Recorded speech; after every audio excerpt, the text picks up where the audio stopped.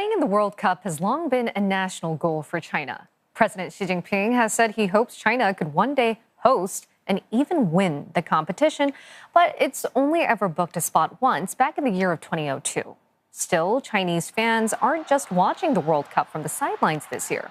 They've also been cheering for the country's amateur football players.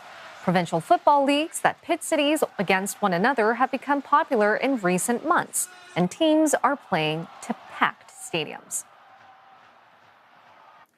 And for a closer look at what's shaping the Chinese football scene, let's go to CNA Shanghai Correspondent Krystal Chia. Krystal, tell us more about the Amateur Football League and how did it get so popular in China?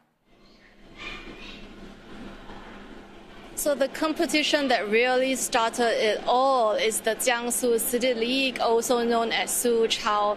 That is where 13 cities compete for the title. Last year's winner was Taizhou. So why has this really gotten so popular in China? Well, some say that these amateur leagues are really what football should be about, a genuine love for the sports community. And in China, a country of 1.4 billion people, where people often work and live in cities in other cities that's not their hometown, they often feel a strong sense of loyalty to where they came from.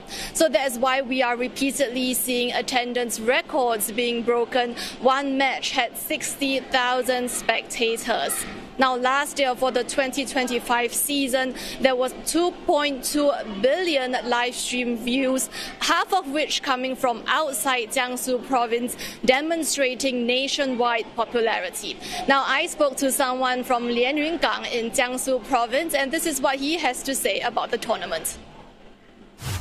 我就是因为苏超才看了足球，对，我是江苏人。我反正关注足球，包括关注苏超，就是因为有我家乡的荣誉感。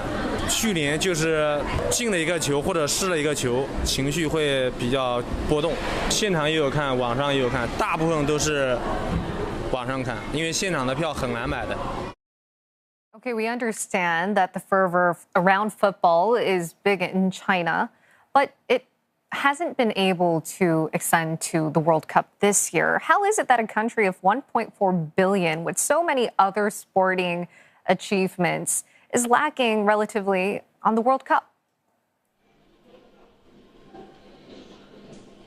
So the Chinese national football team is often viewed with a sense of deep disappointment, as well as some mockery, And Chinese state media blames it on corruption, a lack of youth development, and chaotic governance. Now, industry experts say that China's whole nation sports system, which has worked so well for individual Olympic sports such as diving and table tennis, that is incompatible with football, which demands creativity, grassroots competition, and organic talent pipelines. Now let's hear from one fan about his experience watching the World Cup and what his thoughts are on his country's football team. 我们对这一届的世界杯还是有关注的啊！这一次世界杯最有名气啊，最让我们全世界的球迷们知道的，那就叫佛得角。我们喜欢梅西，阿根廷的梅西非常的优秀啊！以前是罗纳尔多双罗呢，现在还有很多的球星也在慢慢成长当中。那我们也祝我们中国足球越来越好。我们中国的足球肯定要改革的，这个必须改革啊！我们不能说国足好不好，只能说中国足球势必进行大部分的改革。 Right, some football fans cheering for football stars like Messi, Ronaldo, but there's no Chinese team on the field. What other teams or people are Chinese people supporting as of now then? So there is a function on Baidu, which is China's search engine, where people can express support for their favorite players. So coming in first place, Cristiano Ronaldo. Second place, Lionel Messi. No surprise there for those two top stars. And third place is Norway's Erling Haaland. Now he is so popular in China, he's now the face of herbal refreshment drink Wang Laoji. He's being called Ha Bao in China, which means, if I were to translate it quite literally, means baby Ha.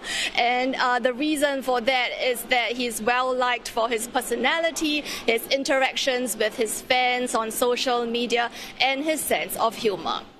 Now, there's somebody else who is on the pitch, not necessarily a player, but who has also got the support from the Chinese. That is referee Ma Ning, who is being nicknamed Card Master because he apparently often dishes out red and yellow cards to the players. There is a joke at the World Cup that he is the best referee because there's no team for him to give preferential treatment to. And he's also become really popular here, such that big brands such as Hisense and Lenovo have used him in their marketing campaigns. I'm glad to see that there's so many marketing schemes and even nicknames for all of these beloved football players and even referees out there. Now, could you tell us about the prospects of Chinese football?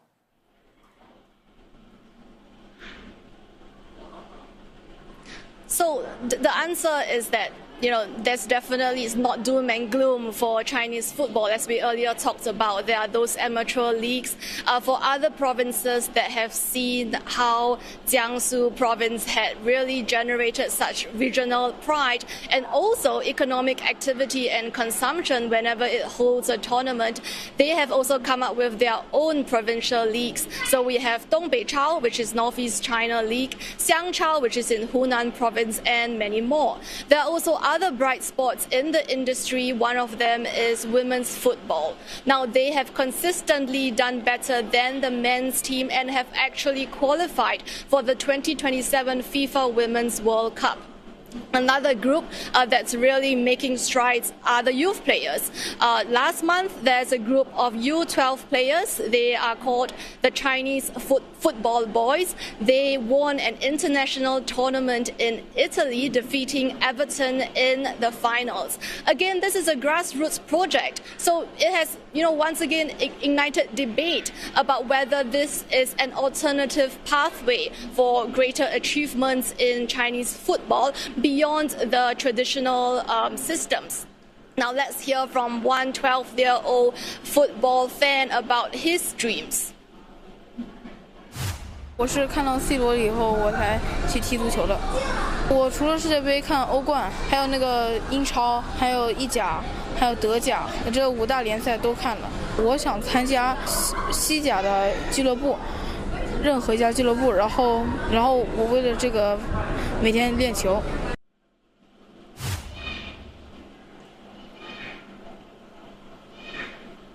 So to conclude our discussion on Chinese football, I will quote the coach of that U12 team, well, now U12 champions.